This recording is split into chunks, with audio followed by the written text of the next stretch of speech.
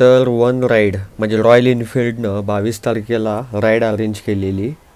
भिलार गावाच्या तिथं एक विंटेज म्युझियम आहे, तिथं जाणार होतो. तर आम्ही सकाळी 8:30च्या टायमिंगला आलेलो.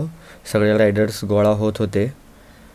जे काय रायडर्स वाई पुणे तिकडून येत होते, त्यामुळं मी थोडंसं शोरूममध्येच बसलेलो. तिथं ब्रेकफास्टची सगळी सोय केलेली, पोहे चहा आहे ते. नंतर जसे पाहू शकत असा स्टिकर्स दिले वन राईडचे बाईकवरती लावायला. त्यानंतरनं ब्रीफिंग झालं आणि नंतरनं आम्ही मेड्याच्या रोडनं निघालो. ढगाळ वातावरण होतं.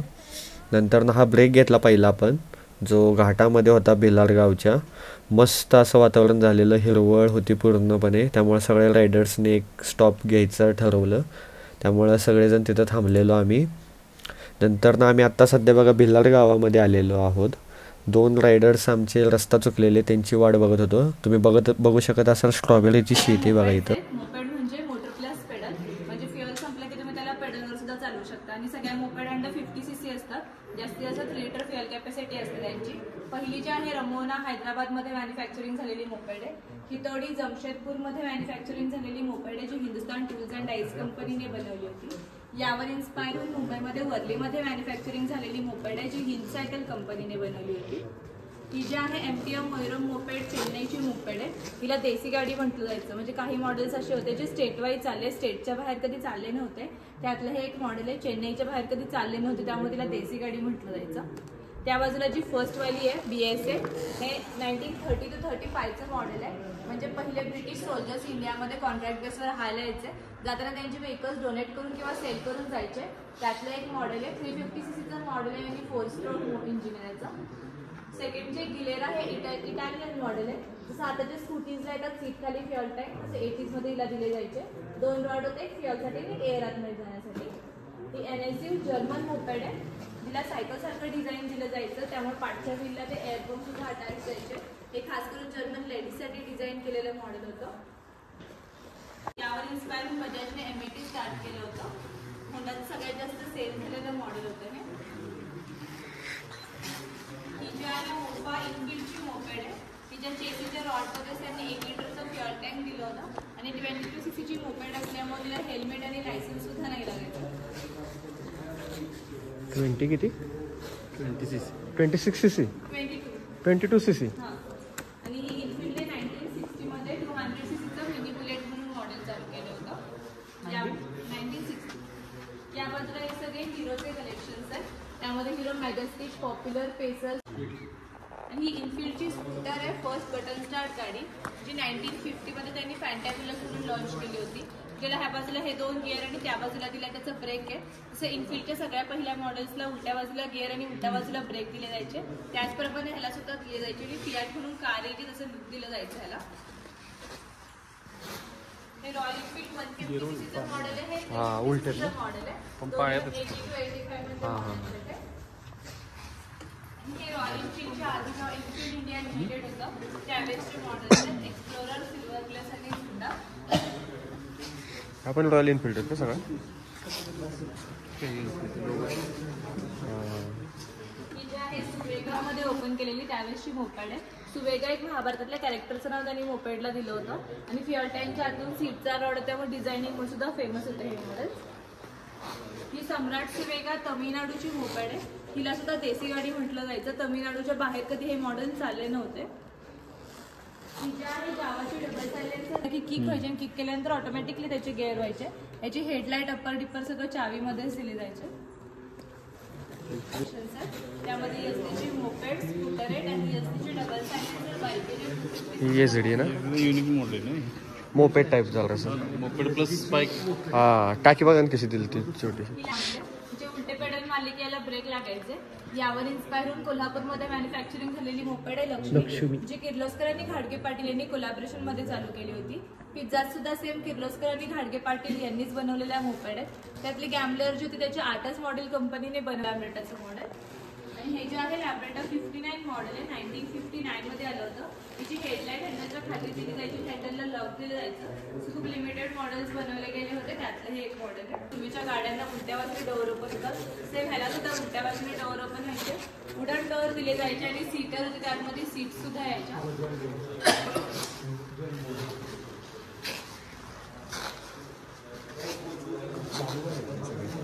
नसतील बहुतेक. चालू आहेत गाड्या या सगळ्या, या गाड्या चालू आहेत सगळ्या. 95% मॉडेल्स वर्किंग आहे, जे खूप जास्त ओल्ड आहे, ज्यांचे पार्ट आता अवेलेबल पार्ट त्यांनी हुडकून आणले. होय का?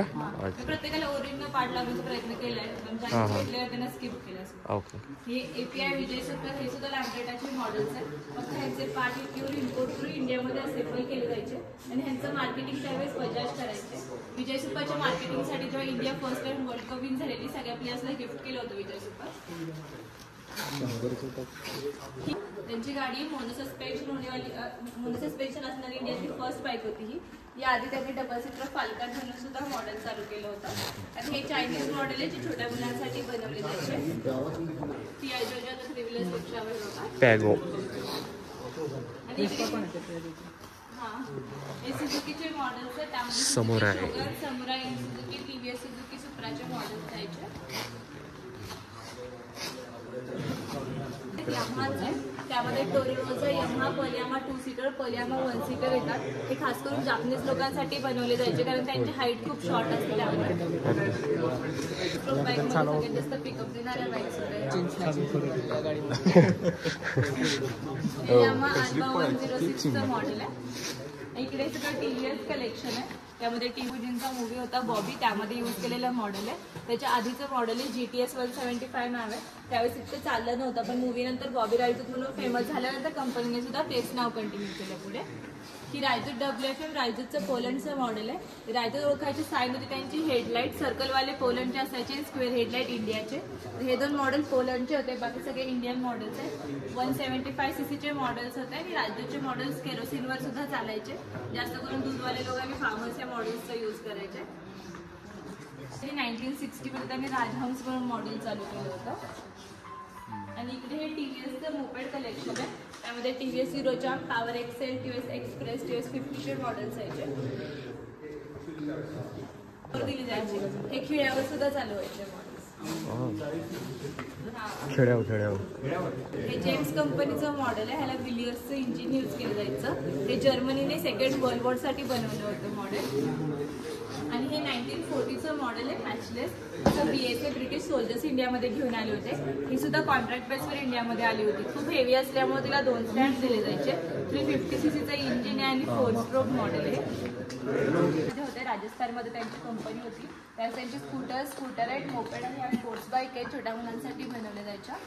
आणि या बाजूला हे सगळे 60sच्या आधीचे मोपेड आहेत, ज्यावेळेस मोपेडवर रिसर्च चालू होतं त्यावेळेसच्या.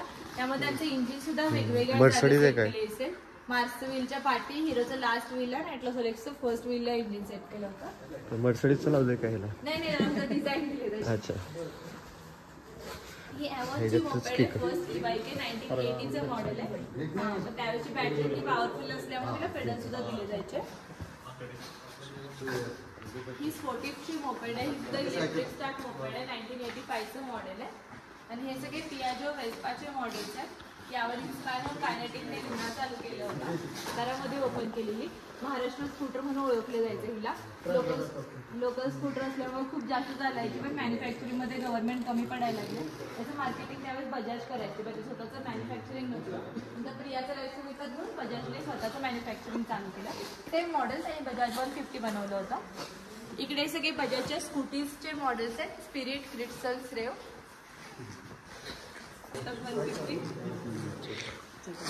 आमच्याकडे प्रिया बजाज होती. सगळ्यात कमी मेंटेनन्स लागणारे मॉडेल्स होते. नादच नाही.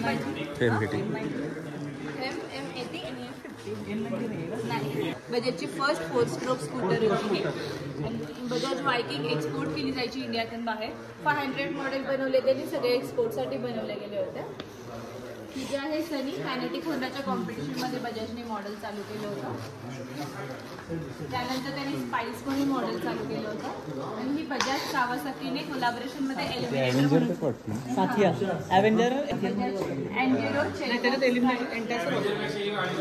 रिक्षा यायचे 2008 पर्यंत ह्याचं मॅन्युफॅक्चरिंग चालू होतं. आणि हे सगळे बजाज कावासाकीचे मॉडेल्स आहेत. हे कॅलिबर उडी बाबा म्हणून फेमस होते मॉडेल. हे उडी बाबा 125 हे बॉक्सरचं मॉडेल आहे. RT-Z चे मॉडेल्स आहेत KB100, KB125, RX100च्या कॉम्पिटिशन मध्ये बजाज मॉडेल चालू बजाज क्लासिक अजून येते ना माझ्या अजून किती जणांकडे गाडीची ही बेटा बुक जर्मनची कंपनी होती. यावर इन्स्पायर हिरोने सेम मॉडेल चालू केले, ज्याला त्यांनी हिरो बुक नाव दिलं होतं. आणि हे बजाज चेतक फोरस्ट्रोक, यानंतर बजाजने स्कूटर बनवणं बंद केलं होतं आणि 2000च्या नंतरचं मॅन्युफॅक्चरिंग असल्यामुळे लोगो सुद्धा चेंज दिसतो. हा आत्ताचा लोगो, त्याआधी बजाजचा अशा टाईपमध्ये लोगो होता. हे बजाज फॉरेस्ट चॅम्पियनचं मॉडेल आहे. इकडे हे सगळे सुझुकीचे जापनीज मॉडेल्स आहेत. हे सुद्धा खासकर जापनीज लोकांसाठी बनवले जायचे. ही जे आहे लव सुपर डीलक्स, याची ॲड त्यावेळेस मायकल जॅक्सन करायचे. त्यांची हाईट कमी होती सगळे जुनाचे मॉडेल्स आणि केवढी गाडी जुनाचे मॉडेल्स अरे ते होंडा गोल्डविल त्यावेळेची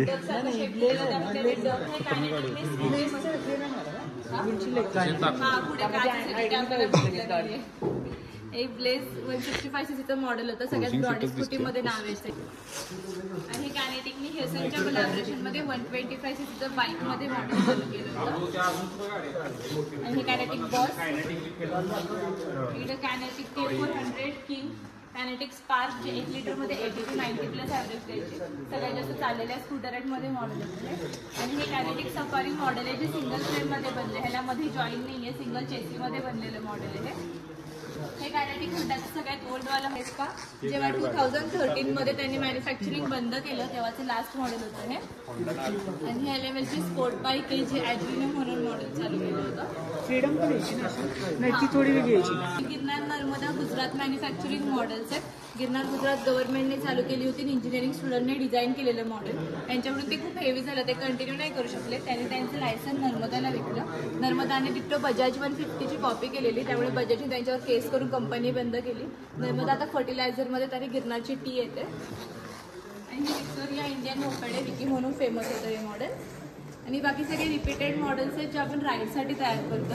म्हणजे सरांचं पूर्ण कलेक्शन जे आहे 650 प्लस गाड्यांचं लिम्का बुक ऑफ रेकॉर्डमध्ये असं सरांचं नाव आहे. त्यातलं आता आपल्याकडे 200 प्लस 2 व्हीलर्स आहेत. अजून आपले 2 शेड बनतात, त्यात अजून 2 व्हीलर्स येणार आहेत. आणि आता हे Asia's first vintage 2 wheeler museum आहे. थोड्या दिवसांनी आपण ट्रॅक बनवतोय 1/2 किलोमीटरचा, त्यावेळेस विंटेज गाड्यांची राईड चालू करतोय. तेव्हा वर्ल्डमधलं फर्स्ट असेल जे राईड सुद्धा स्टार्ट करणार आहे. त्याचं मॅन्युफॅक्चरिंग काय हे विक्टोरियाचं 80चं मॉडेल आहे. तुम्ही पुन्हा जाऊन फोटोज वगैरे काढू शकता. रिव्ह्यू सजेशन काय असेल तर रिव्ह्यू बुक आहे लिहू शकता. फक्त रोजचं बाहेर गाडी वगैरे. म्युझियम पाहून झाल्यानंतर ना आम्ही मलबेरी हॉटेलमध्ये जेवण्यासाठी थांबलो. व्हेज नॉनव्हेज सगळं होतं. त्यानंतर लिंगमाळ्याच्या रोडनं घरी यायला निघालो. असा प्रकारे ब्लॉग संपलेला आहे. धन्यवाद.